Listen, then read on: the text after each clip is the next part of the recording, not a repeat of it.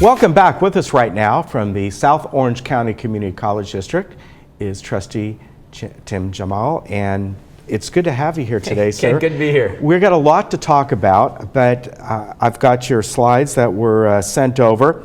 What we're going to talk about, though, along with this, is we're going to get into KSBR. We'll get to that in just a moment, because there's a change that we were kind of surprised about. We didn't know, but apparently it's been in the talks for quite a while, right? Yeah, there have been negotiations for up to about 5 years now between Saddleback College and Cal State Northridge to figure out a way that the two stations could work together, because they're on the same frequency. So oftentimes, even if when you're in South Orange County, you'd hear KCSN, which is the Northridge broadcast, and when you're up in LA, sometimes you'd hear KSBR. Right. And it was, in many areas, it was patchy. I have an office in Santa Ana. I get to Santa Ana and I couldn't hear KSBR. All I heard was static. Yeah. So they're both on 88.5, and the idea was, instead of reaching 1.5 million people each, let's harmonize our efforts, create joint programming, have one super frequency, and we can reach up to 10 million people in Southern California. So that's the idea behind it. You know, the negotiations, I think, were off and on for a few years. The public was not, you know, although we discussed it at board meetings, I don't think it was well known. You guys just found out about it well, we were wondering, weeks ago. Yeah, we play that music, KSBR in the background during our message board and things like that. And it was primarily jazz of different variations. And just the other day, I think it was yesterday, we're like, what? We must have the wrong station. Did we not tune this right? And we were trying to figure it out. But it's KCSN. KCSN, KSBR, and both, they're maintaining their identities. If you listen, they say this is KCSN, Cal State Northridge, and then after that follows, they'll announce it's KSBR, Saddleback College. Okay. And the idea is to create joint programming that has, the music has changed somewhat. I'm sure you noticed that. And I think it's evolving. I'm not sure the programming is still set. I still think they're going to figure it out. There's a big event coming up in LA on October 23rd to announce this new effort. Okay. Sheryl Crow is going to headline it on October 23rd at the Fonda Theater in LA. So if you're available that night, we could try to get you a ticket, Ken. All right. Yeah, and this is, by the way, this is not something that's unusual. This happens a lot with AM stations just in general, and still to this day there's certain AM stations, they'll give you their call sign and it'll be 2 or 3 sometimes, and just depending where you're at. Right. I mean, there are many of us, myself, that love the old KSBR format. I like jazz. Yeah. Smooth jazz in the morning and in your rush hour traffic is very soothing. But I'm looking forward to the new format, and if we can reach more people, all the better, and get our students more involved. I think that's part of it as well, to integrate the programs and the studies into the radio efforts. So we'll see how it goes. All right, very good. Now let's get into what's going on in Saddleback College, and with the Emeritus Institute, there's an estate planning workshop coming up on October 14th. So I don't know if you've gone through estate planning. Recently, my wife and I have gone through many different iterations of estate planning for mostly unfortunate reasons. Yeah. And having the knowledge of how to go through that process is invaluable. Right. Because there are a lot of different options that are available to you. And if you're not informed to make these decisions, oftentimes you may feel pressured or rushed or unsure and make the wrong decision. Yeah, so very helpful. I should have gone to it. I still may go to it. Yeah, there's a lot that goes into that, and right now, of course, they're looking at different tax rules that may or may not come into play. Well, they're floating the idea that the Trump administration is floating the idea of eliminating the estate tax, which is the so-called death tax, the inheritance tax. I'm doubtful it's going to be entirely eliminated. When George Bush took office, the son, I mean, that was one of his main goals, and it didn't happen. Right. There have been lapses. There was that one period, I think, in the early 2000s when the law had elapsed.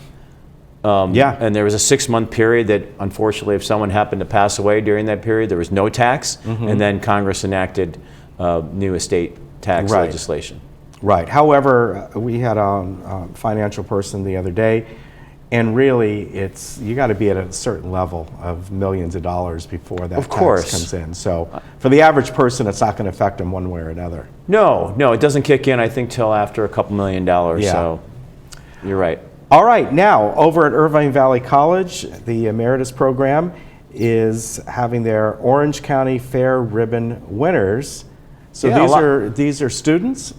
Well, no, I think the instructor has submitted some of her work that's gotten recognized, and I think the illustration here is that some of the students have submitted and been recognized. Yeah. So it's not my area of expertise at all, but I'm impressed that the instructor and students have both been recognized, and I think it's awesome. Yeah, they do. Of course, it's the Orange County Fair that we're talking about, and other fairs really in the area. This one's Orange County Fair, but some of them may put things in. You can put them in for other places as well, and they were awarded, as you can see there. Right. Very good. It's excellent. Yeah, it's really nice. Now, you got a new president over at Saddleback. Yeah, this is a big deal. As you probably know, Todd Burnett was president of Saddleback College for 9 years, and he has moved on. He's now at Chapman University, or Brandman University, which is part of Chapman University. He's a vice chancellor over there. And we did a national search over the past year, and we have voted and approved on Gregory Anderson, who's from the San Mateo Community College District. That's where I went. Is that right? Well, I'm from San Mateo.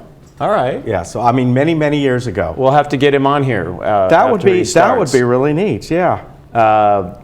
He's got big shoes to fill. I mean, Todd did a tremendous job in a lot of different areas, and Dr. Anderson, made it through a very tough pool, very competent pool. And it was a very rigorous search on a national basis. We held several public forums on the Saddleback College campus. We had private conversations with him. He had interviews with different stakeholder groups, the Faculty Association, the Academic Senate, and he made it through. And that's no small feat, but he's got a big job ahead of him. Saddleback College is a flagship college, as well as IVC. But there are challenges as well. Yeah. We have enrollment challenges to keep up try to keep enrollment steady. As you probably know, there have been declining enrollments, not just at community colleges, but other higher education institutions, K through 12 districts. We got to keep the quality of the education up and keep enrollment steady. So I think he's up for the job, and it's his first time being a president of a college. He was a vice chancellor up at San Mateo, in your old school. Yeah. And he's making a big move from NorCal to SoCal. Yeah, it'll be interesting to meet him, although he doesn't start until October 16th officially, his first day on campus. So we'll give him a few months, maybe into next year. Yeah, we'll get him on, and we'll crack the whip. Yeah, I think that would be a lot of fun, and that's a good. CSM's a great college up there. That's beautiful college, actually. I think it's interesting, both Saddleback and probably CSM, College of San Mateo, are situated in areas and on land and property they would never be built there today because they are too valuable land. Yeah. Right. Oh yeah, that's like prime real estate up there. So both are in ideal locations. Yeah, they really the developers could get their hands on them. Oh, yeah, believe me, neither place would be built today at those places. Now, ATEP, the Advanced Technology Education Park, the Orange County Business Journal, and Tustin's 90th anniversary, and where this was located, by the way, is the former. It was a Marine helicopter base, right? Yeah. And of course, the hangars, a couple of the hangars are still there. They are. Which they use often for a lot of filming, for a lot of different things like television and films and a lot and other things as well. And this is where ATEP is located. And I'm looking at the design for the new buildings coming in. Absolutely wonderful. The IVC new building, Irvine Valley College, is in the process of building the first building on the ATEP campus. So there's 65 acres there approximately. And what's exciting about this advertisement is that we're now being very proactive after years of conversations and discussions, and negotiations with the city of Tustin, a Yeah. land swap that made our campus contiguous. We're now fully open for business. 49% can be with commercial partners, though we're being selective. And it's one of the most talking about a desirable land. Oh, yeah. I mean, this is Yeah. really a greenfield effort because there's no remodeling that's going to have to take place. Every structure that's going to be erected is brand new. Yeah, that's really nice. And so we're very actively reaching out to potential business partners, nonprofit partners, to work with us either in programming. Some of them have needs for commercial buildings, but whatever we do there, we're trying to make sure it's integrated into what students are doing in terms of their programming and the curriculum. Now, I know I've asked you and other trustees this as well, and in fact, when you look on the slide here, you see IVC and Saddleback, these two different buildings, but as far as the curriculum goes there, does it matter which school you go to? Is it kind of a joint effort between the two campuses? Yes. Okay. It doesn't matter which school. They have different program focuses. Okay. Like IVC is focused more on technology and advanced manufacturing when it comes to ATEP. Yeah. Whereas Saddleback College is focused more on health sciences, healthcare. Okay. And which makes sense because of the renowned nursing program that Saddleback College has. Right. Right. So you just got a new science building down We there, did. right? We just dedicated a new sciences building. It's a wonderful place. So this is very exciting. We've actually added additional resources. We've hired a staff member for the sole purpose of developing public-private partnerships at ATEP and across the campus. I think it's going to be really, the way this is being set up, I think this is what you're seeing going on in the future for really other community colleges around the nation. I think they're going to look at this. But, not just community colleges. I was in San Diego Monday and Tuesday for a major national conference on public-private partnerships in higher education. Yeah.